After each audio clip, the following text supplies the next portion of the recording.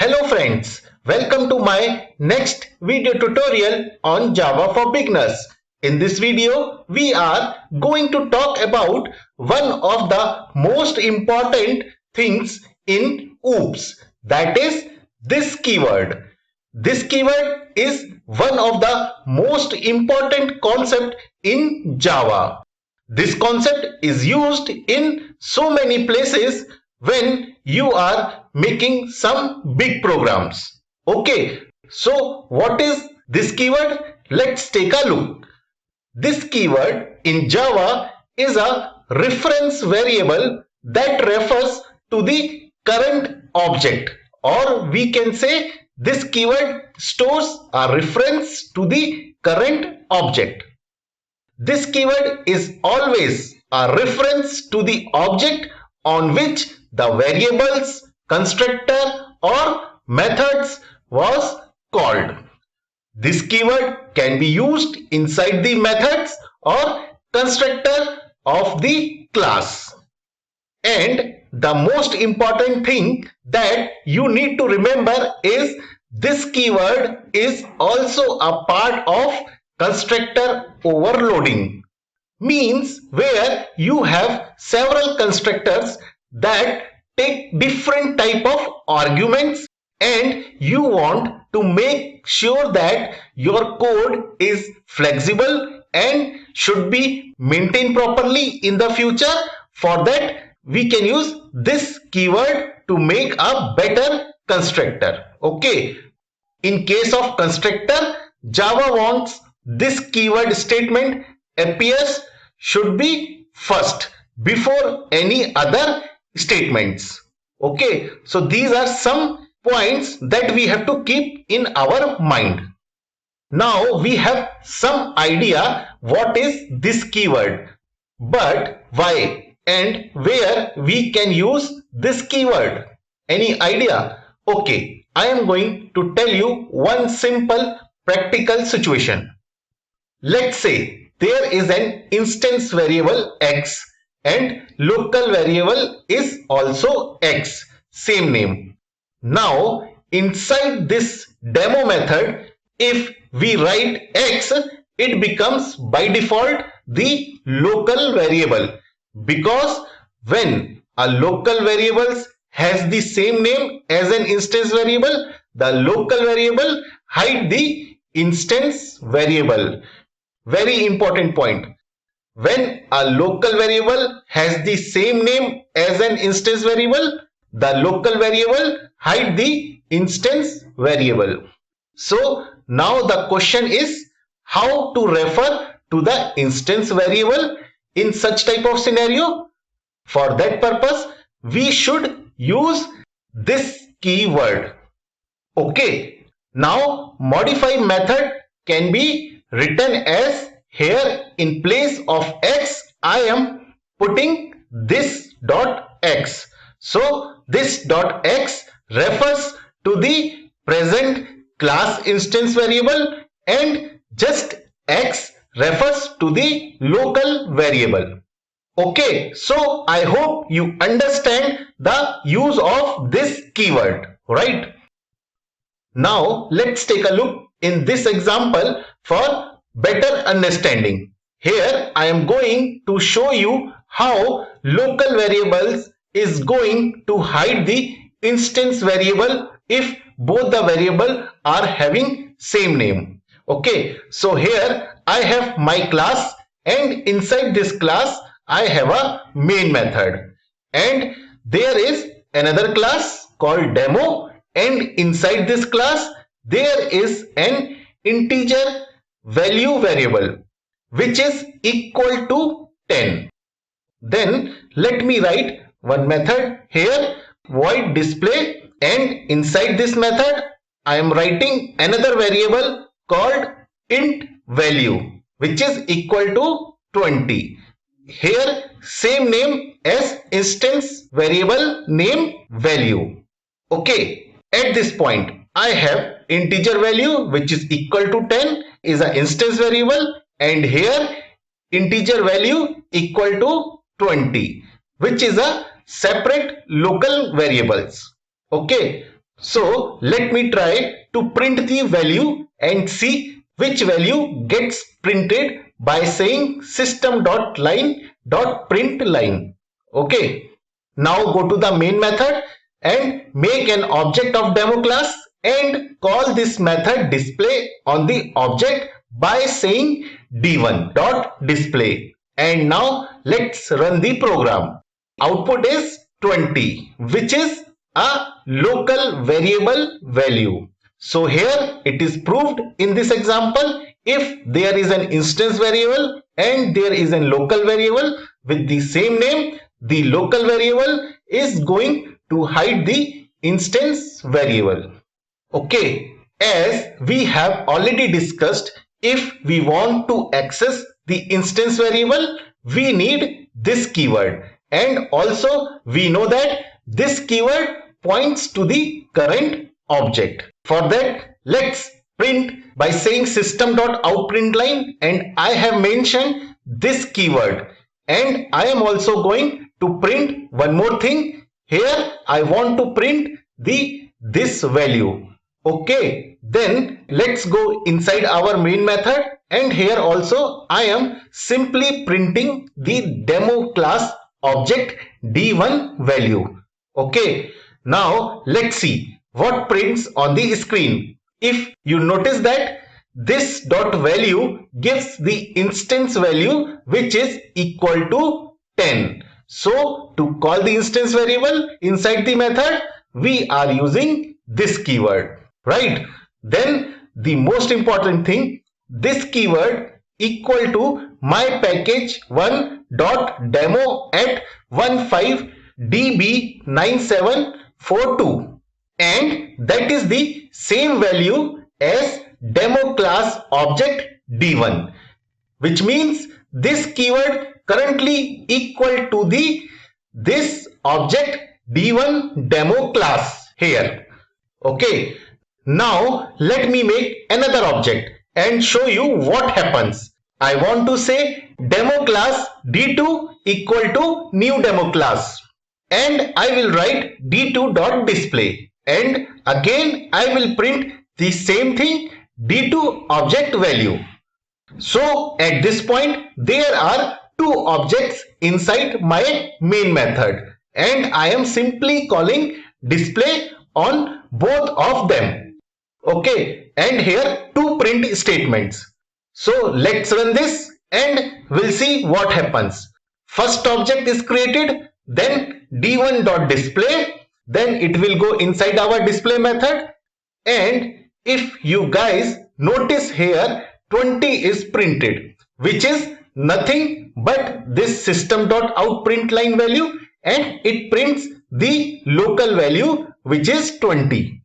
Then go to the next statement. Here we are printing this dot value, and here for that display method is called by demo class object d1.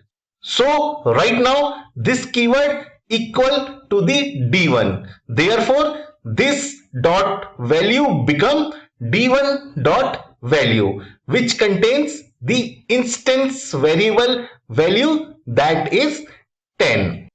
Right, understood?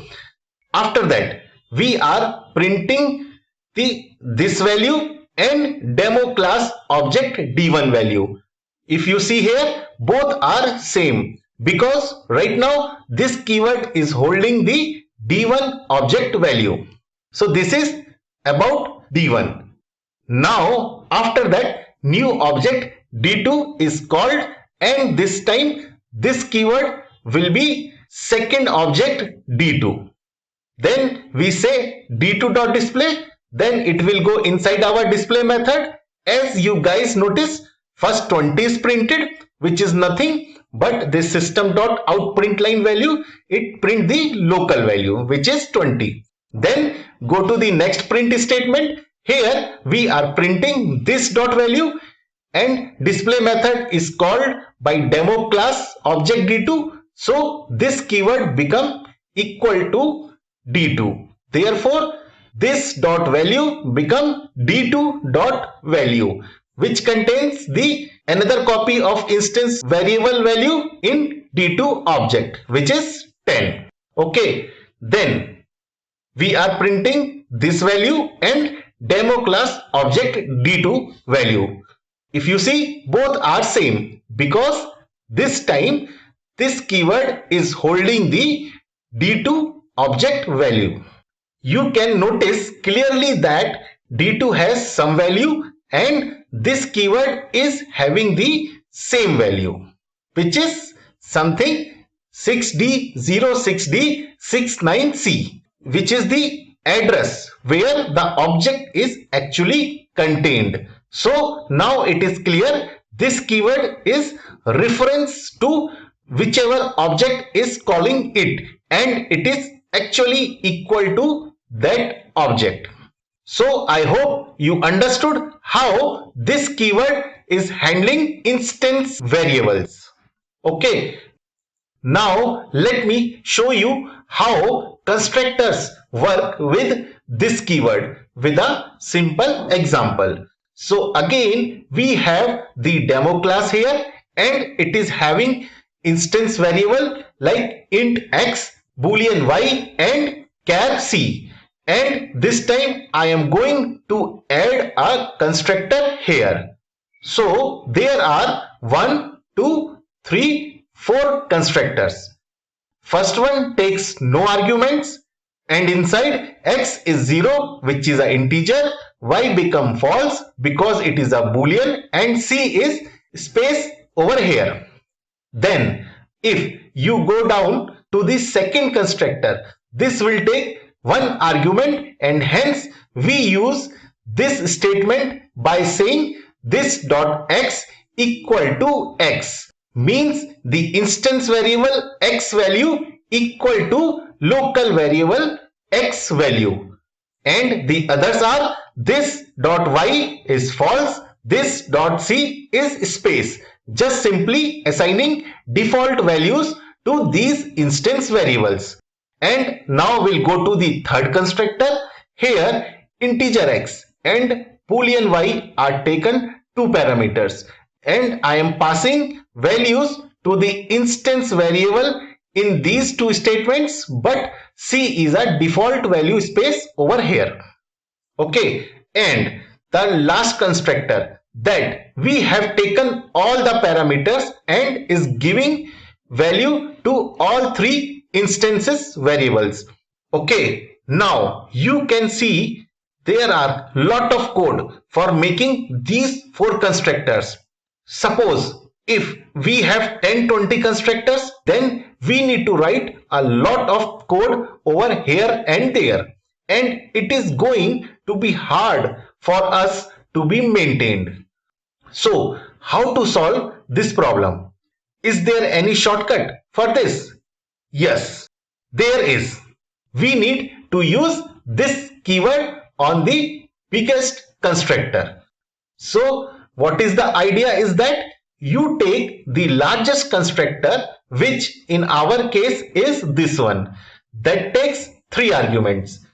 Okay, for that we have to call biggest constructor from every other constructor smaller than this biggest constructor.